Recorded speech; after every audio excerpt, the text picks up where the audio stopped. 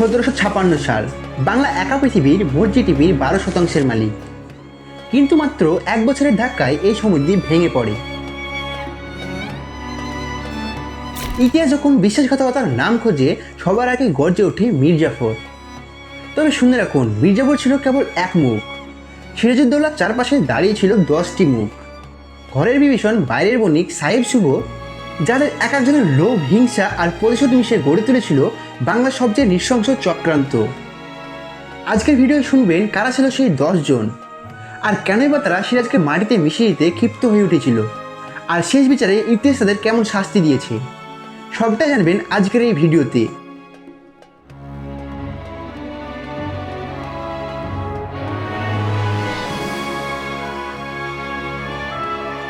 ভিডিওর একদম শেষে থাকছে পাপ রেটিং। কে ছিল বাংলার সবচেয়ে বড় বিশ্বাসঘাতক? ভিডিওটা দেখে আপনারাই বিচার করবেন। আমি আছি জ্ঞানভবন থেকে আপনাদের সঙ্গে, ইতিহাসের সেই অধ্যায় নিয়ে যা আপনার পাঠ্য বই কখনো বলেনি। তবে তার আগে সাবস্ক্রাইব করে নিন আমাদের চ্যানেল। তাহলে চলুন ফিরে যায় 1757 সালের সেই বিশ্বাসঘাতকতার অন্ধকারে।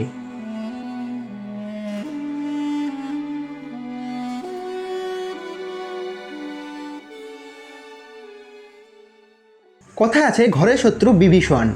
সিরাজউদ্দৌলার ভাগ্যে বাইরের শত্রুর চেয়ে বড় হয়ে উঠেছিল ঘরের ভেতরের বিশ্বাসঘাতকরা। এবং সেই তালিকা শুরু থেকে একজন নারী, যিনি ছিলেন খালা, কিন্তু মনে লালন করতেন বিষ, ঘসেটি বেগম।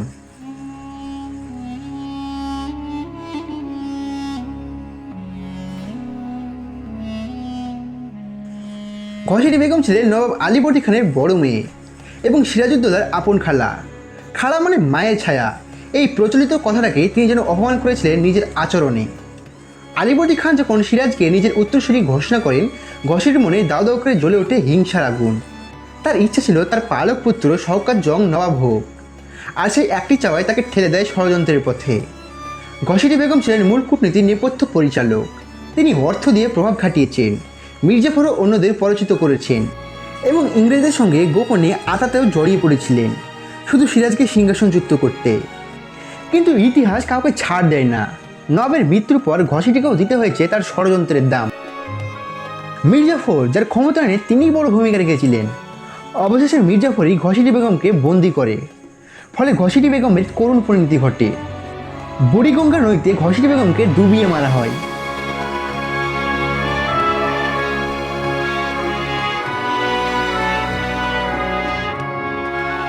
কেউ বলেন দুর্ঘটনা, কেউ বলেন শাস্তি। ঘরের ভেতরের বিশ্বাসঘাতকতা কতটা নির্মম হতে পারে, ঘসেটি বেগম তার এক রক্তাক্ত উদাহরণ।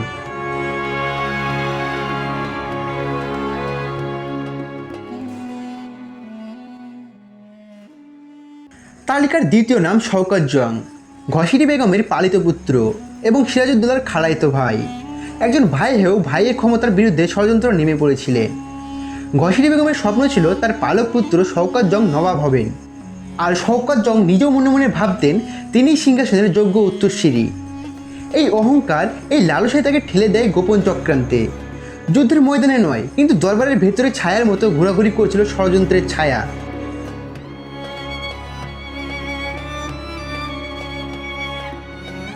শেষ পর্যন্ত সিরাজ ক্ষমতায় বসেন, আর শওকত জং হারিয়ে যান ইতিহাসের পাতায়। নবাবী স্বপ্ন ছিল তার, কিন্তু সেই স্বপ্নই একদিন দগ্ধ করেছিল তাকে। তালিকার তৃতীয় স্থানে যার নাম উঠে আসে, তিনি হলেন ইতিহাসের চিরকালীন ঘৃণিত নাম, মীর জাফর। পূর্বপুরুষের নাম সৈয়দ মীর জাফর আলী খান বাহাদুর। তিনি ছিলেন নবাব সিরাজউদ্দৌলার প্রধান সেনাপতি এবং দুঃসম্পর্কের আত্মীয়। কিন্তু সম্পর্কের চেয়ে ক্ষমতা তার কাছে ছিল অনেক বড়। তার একটাই স্বপ্ন ছিল নবাব হওয়া, আর এই দুর্বলতাকে কাজে লাগায় ব্রিটিশরা। তারা মীর জাফরকে নবাব করার লোভ দেখায়, আর সে রাজি হয়ে যায় বিশ্বাসঘাতকতায়। 1757 সালের পলাশী যুদ্ধে তার নেতৃত্বে থাকা বিশাল সেনাবাহিনী ছিল একেবারে নিষ্ক্রিয়। যুদ্ধের ময়দানে দাঁড়িয়েছিল শুধুই দর্শকের মতো। ফলে সিরাজের পরাজয় ব্যথিত হয়ে ওঠে। তবে ইতিহাস কোনো পাপীকে ক্ষমা করে না। মীর জাফর ঠিকই নবাব হয়েছিল, কিন্তু সেটা ইংরেজদের হাতের পুতুল হয়ে। সেই জীবন কেটেছিল অপমান, একাকিত্ব আর মানসিক দুঃখে। ব্রিটিশরা একসময় তাকে সিংহাসনচ্যুত করে। মাত্র 9 বছর নবাবি করার সুযোগ পেয়েছিলেন তিনি। নবাবির স্বপ্ন পূরণ হলেও সে সিংহাসন তাকে ধ্বংস করে দেয়। শেষমেশ একসময় মীর জাফর পাগল হয়ে মৃত্যুবরণ করেন। এই তালিকার চতুর্থ নাম মীর মিরন। মির্জাফরের পুত্র। বাবা যেমন সিরাজকে ঘৃণা করতেন, ছেলেও ছিল একই জাতের লোভনীয়। সিরাজকে হত্যার পরিকল্পনায় সে ছিল মুখ্য চরিত্র। ঘোড়ার গাড়ি করে যেদিন সিরাজ পালিয়ে গেছিল প্রাণ নিয়ে, সেদিন ঠিক তার পরদিনই মীর মিলনের আদেশে সিরাজকে হত্যা করা হয়।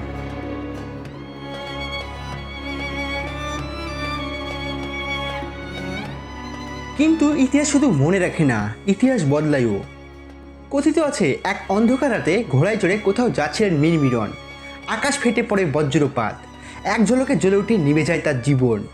অনেকেই বলে প্রকৃতি বিচার করেছিল, আবার কেউ বলেন ব্রিটিশরাই তাকে সরিয়ে দেয়। কিন্তু সত্যি যেটাই হোক, মীর মিলনের মৃত্যু আজও রহস্য, আর সেই রহস্যের ভেতরে লুকিয়ে আছে এক বিশ্বাসঘাতকের চরম পরিণাম।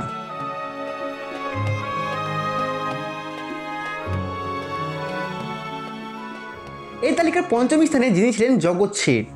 তিনি ছিলেন বাংলার সবচেয়ে ধনী মহাজন। নবাবী আমলে যার অর্থ সম্পদ এতটাই বেশি ছিল যে বলা হয় নবাবের ভাণ্ডারেও তত টাকা ছিল না যত টাকা জগৎ শেঠের ভাণ্ডারে ছিল। সিরাজ যখন ক্ষমতায় আসেন তখন তিনি বুঝতে পারেন এই জগৎ শেঠ অর্থের জোরে অনেক কিছু কিনে নিচ্ছেন, তাই তিনি চেয়েছিলেন এই ধন সম্পদ কিছুটা হলেও রাজ্যের কাজে লাগাতে। কিন্তু তাতেই ক্ষিপ্ত হয়ে ওঠেন জগৎ শেঠ। তিনি ভয় পেয়ে যান, এই তরুণ নবাব যদি ক্ষমতায় থাকে তাহলে তার ব্যাংক আর ধনসম্পদ সবই বিপন্ন হয়ে পড়বে। আর তাই তিনি নিজেই পরিকল্পনা করেন সিরাজকে সরানোর। তিনি ব্রিটিশদের অর্থ দিয়ে সাহায্য করেন, সেনার খরচ, ষড়যন্ত্রকারীদের মদত, এমনকি যুদ্ধের আগে মির্জাফরের সঙ্গে গোপন চুক্তির জন্য টাকা দেন তিনি। কিন্তু ইতিহাস কাউকে ছাড়ে না। পলাশির যুদ্ধের পর মীর কাসিম যখন ক্ষমতায় আসেন তখন তিনি প্রতিশোধ নেন, জগৎ শেঠের পুরো পরিবারকে নিশ্চিহ্ন করে দেন। ধনসম্পদ, প্রভাব সবই শেষ। একজন যিনি অন্যকে সরিয়ে ধন রক্ষা করতে চেয়েছিলেন, শেষ পর্যন্ত তার ধনই তাকে ডুবিয়ে দেয়।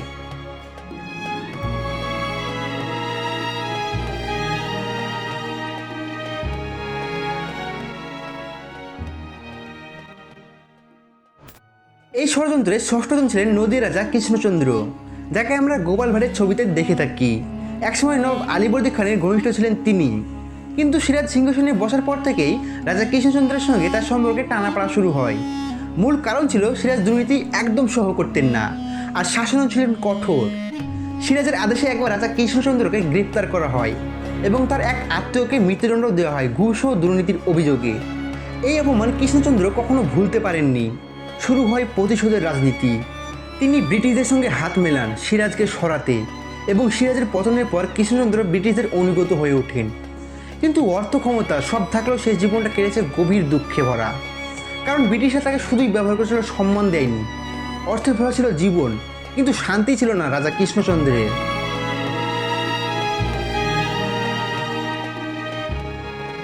এই তালিকার সপ্তম ষড়যন্ত্রী রাজবল্লভ। তিনি ছিলেন নবাবের একজন প্রভাবশালী কর্মচারী ও এক বিশাল জমিদার। কিন্তু সিরাজের উত্থানের পর তার প্রভাব ও ক্ষমতা ধীরে ধীরে কমতে থাকে। এই অপমান আর ক্ষমতাহানি তাকে ধীরে ধীরে ঠেলে দেয় ষড়যন্ত্রের পথে। তিনি মির্জাফর ও অন্যদের সঙ্গে মিলে চুপি চুপি সিরাজকে হটানোর পরিকল্পনায় অংশ নেন। সিরাজের পতনের পর সাময়িকভাবে রাজবল্লভের ক্ষমতা কিছুটা ফিরলেও পরবর্তী নবাব মীর কাসিম তার উপর ক্ষিপ্ত হন, আর সেই রসই আগুনে একসময় পুড়ে যায় রাজবল্লভের সব প্রভাব প্রতিপত্তি।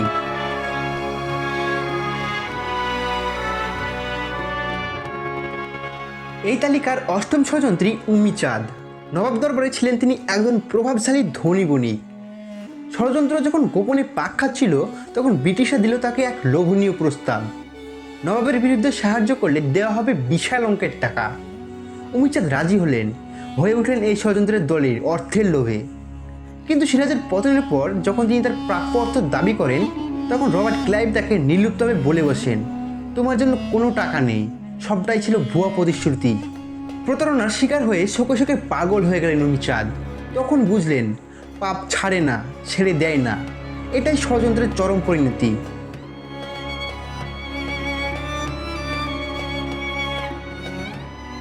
এই তালিকার নবম ষড়যন্ত্রী মণিচাঁদ। কলকাতার ফৌজদার হয়ে কাজ করলেও অন্তর থেকে তিনি ছিলেন এক গুপ্ত ষড়যন্ত্রী। গোপনে ব্রিটিশদের সঙ্গে যোগাযোগ রাখতেন, নবাবের উপর বিশ্বাসঘাতকতা করে তাদের দিয়ে নিজের পথ তৈরি করেছিলেন। কিন্তু ইতিহাস বড়ই নির্মম, যার সঙ্গে বিশ্বাসঘাতকতা করা যায় তার কাছেও বিশ্বাসের জায়গা থাকে না। ব্রিটিশরা মণিচাঁদকে কখনোই পুরোপুরি বিশ্বাস করতে পারেনি। তারা ভাবলো যে একবার নবাবকে ঠকাতে পারে সে আবার আমাদেরকেও ঠকাবে না, তার কোনো মানেই নেই। এই সন্দেহ হলো মণিচাঁদের পতনের কারণ। বেঁচেছিলেন ঠিকই, কিন্তু বিশ্বাসঘাতকের ত্যাগ নিয়েই। সেই জীবনটা কেটেছে অপমান আর অবিশ্বাসের অন্ধকারে।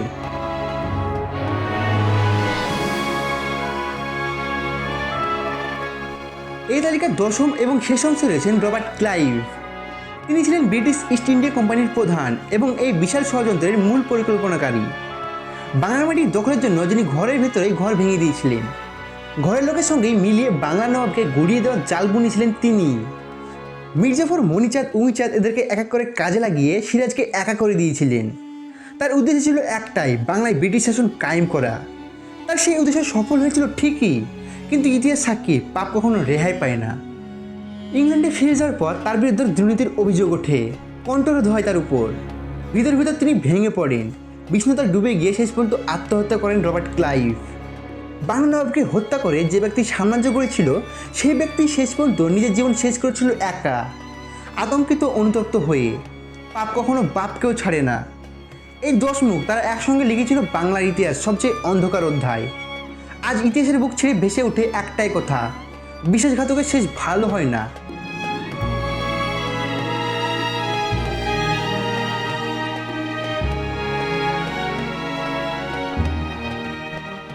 আর এখন সময় হয়েছে বিচার করার, সময় হয়েছে পাপ রেটিংয়ের।